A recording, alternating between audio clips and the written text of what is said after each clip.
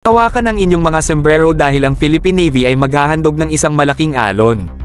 Sa ika-11 ng Setyembre, itatanghal at ipapasok nila sa serbisyo ang dalawang kamanghamanghang Cyclone-class patrol vessels na ibinigay ng Estados Unidos. Talaga namang isang makabuluhang pakikipagtulungan. Sa isang pahayag na inilabas ni Navy spokesperson Captain Benjo Negranza, ibinunyag niya na ang mga kamanghamanghang barkong ito ay tatawaging Alvarez-class patrol vessels kapag sila ay opisyal na napasailalim sa serbisyo.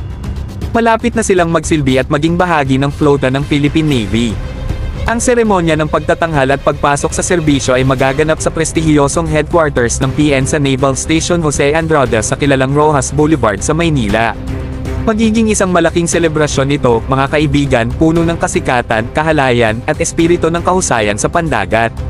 At ito ang masasabi kong kahanga-hanga, ang karangalang Gilberto C. Teodoro Jr., kalihim ng tanggulang pambansa, ay dadalo bilang pinagmulan ng karangalan at tagapagsalita. Wow, talagang malalaking pangalan ang dadalo.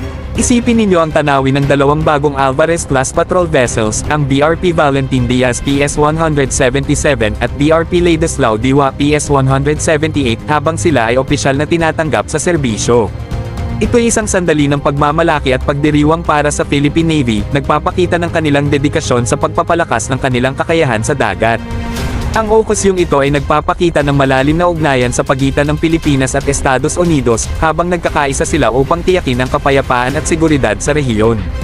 Ito ay isang patunay sa kapangyarihan ng mga estratehikong alyansa at hindi matitinag na dedikasyon ng ating mga armadong puwersa. Manatiling nakatutok sa ating channel para sa mas nakapagpapalakas na mga balita at pinakabagong mga kaganapan sa mundo ng military. Huwag kalimutan mag-like, mag-subscribe, at ibahagi sa inyong mga kaibigan at kapamilya.